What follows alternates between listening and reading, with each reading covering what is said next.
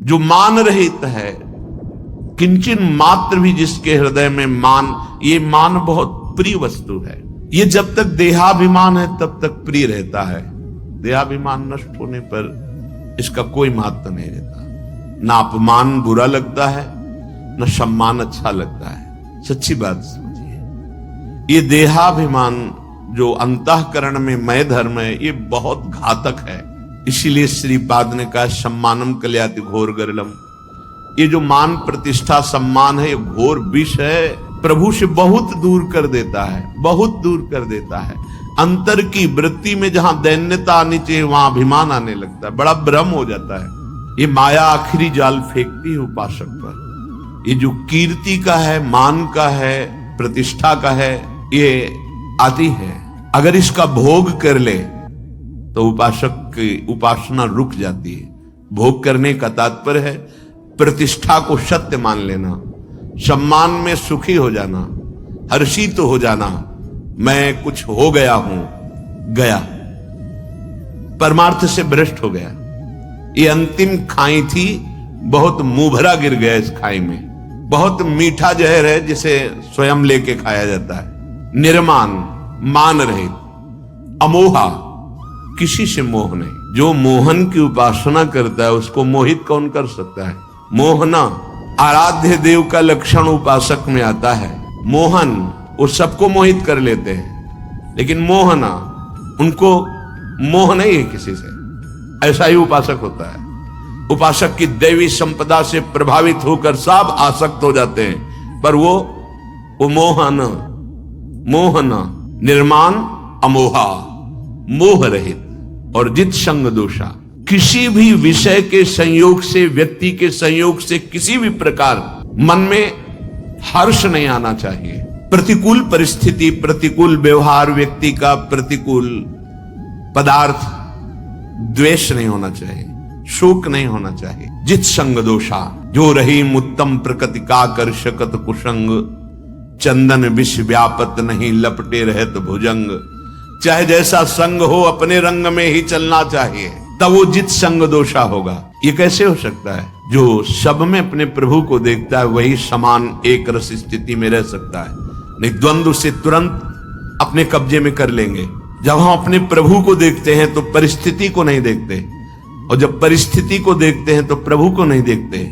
जब हम क्रिया को देखते हैं तो कारण को नहीं देखते, और जब हम कारण को देखते हैं तो क्रिया को नहीं देखते। जो क्रिया को देखता है वो बहिर्मुख देहाभिमानी, जो कारण को देखता है वो ज्ञानी पुरुष है। जो परिस्थिति को देखता है वो उसमें लिप्त हो जाता है, बहिर्मुख है, अज्ञानी है। और जो परमात्मा तत्व को देखता है वही ज्ञानी है। वो परिस्थिति का कोई प्रभाव उसके ऊपर नहीं पड़ेगा। जो आराध्य देव को देखता है, जित संग दोषा, अध्यात्म नित्या, वो नित्य आत्म स्वरूप में स्थित रहता है।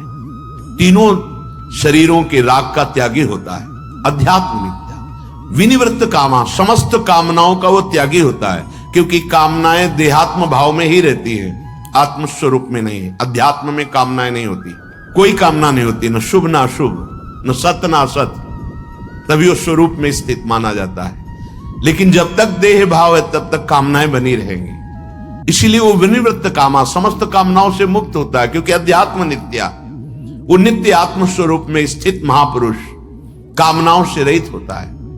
द्वंद्व विमुक्ता, कोई भी द्वंद्व, मान अपमान, सुख दुख, लाभ हानि, जय पराजय, जन्म मृत्यु, ये अब उस पर प्रभाव नहीं डाल सकते। वो द्वंद्वों से मुक्त हो गया है। सुख दुख संगई है, सुखद परिस्थिति या दुखद परिस्थिति दोनों में समान भाव। वो ज्ञानी पुरुष, वो विवेकवान पुरुष अव्यय पद, परम पद का अधिकारी हो जाता। या करें निर्द्वंदो भवति, भक्ति मार्ग का उपासक निर्द्वंद अवस्था को प्राप्त हो जाता है। तो परमार्थ का स्वरूप क्या है जिससे हम निर्द्वंद हो जाएं?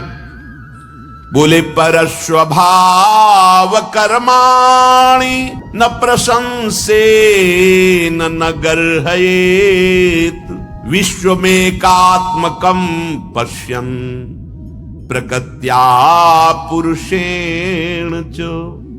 बहुत सुंदर बात है, इसे पकड़ लेना। कह रहे हैं कि परस्वभाव कर्माणि न प्रशंसेन गर्हे, ना आपको किसी की यहां प्रशंसा करनी, ना किसी की निंदा करनी।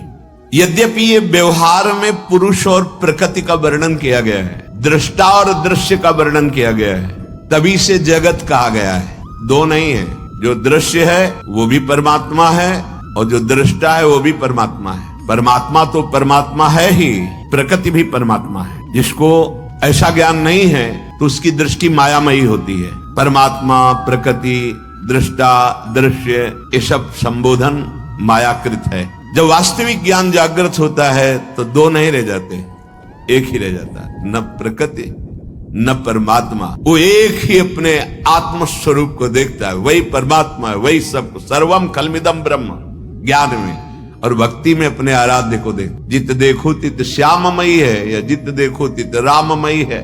दो नहीं रह जाते कि ये प्रकृति है, ये परमात्मा है, ये माया है, ये मायापति है, ये दृष्टा है, ये दृश्य है, ये जीव है, ये जगत है। जब तक ये है तब तक माया दृष्टि है। साधक गुरु कृपा पात्र है, वो फंस नहीं सकता, इस विष को नहीं खा सकता। क्योंकि जैसे सुंदर खीर बनाई जाए और तुम्हारे कान में विश्वसनीय पुरुष आके दे मत खाना, इसमें जहर है, तो आप कदापि नहीं खा सकते। ऐसे ही गुरु कृपा पात्र जानता है, सम्मानम कल्यात घोर गर्लम, ये विष है। अगर इसको खा लिए तो ऐसा प्रमाद चढ़ेगा कि प्रभु से विमुख हो जाओगे। ये बहुत बड़ी खाई, अंतिम खाई इसमें गिर जाता है। मान रहित हर आचार्य, हर महापुरुष ने इस पर बहुत जोर दिया है, मान रहित होना। महाप्रभु चैतन्य देव जी कह रहे, तृणादपि सुनीचेन तरोरी सहिष्णुना अमानी ना मान देना। स्वयं अमानी रहकर दूसरों को मान देना। देखो गुरुजनों को पंचांग प्रणाम करते, सब जो भी बैठा है सभा में सबको प्रणाम करते हैं, क्योंकि सब में हमारे आराध्य देव विराजमान है। अब आपका जो भावावेश हो करो, साष्टांग दंडवत करो, प्रणाम करो, नमस्कार करो या निंदा करो, उससे तो कोई, हमारे आराध्य देव आप हैं, अब सम्मान छू नहीं सकता।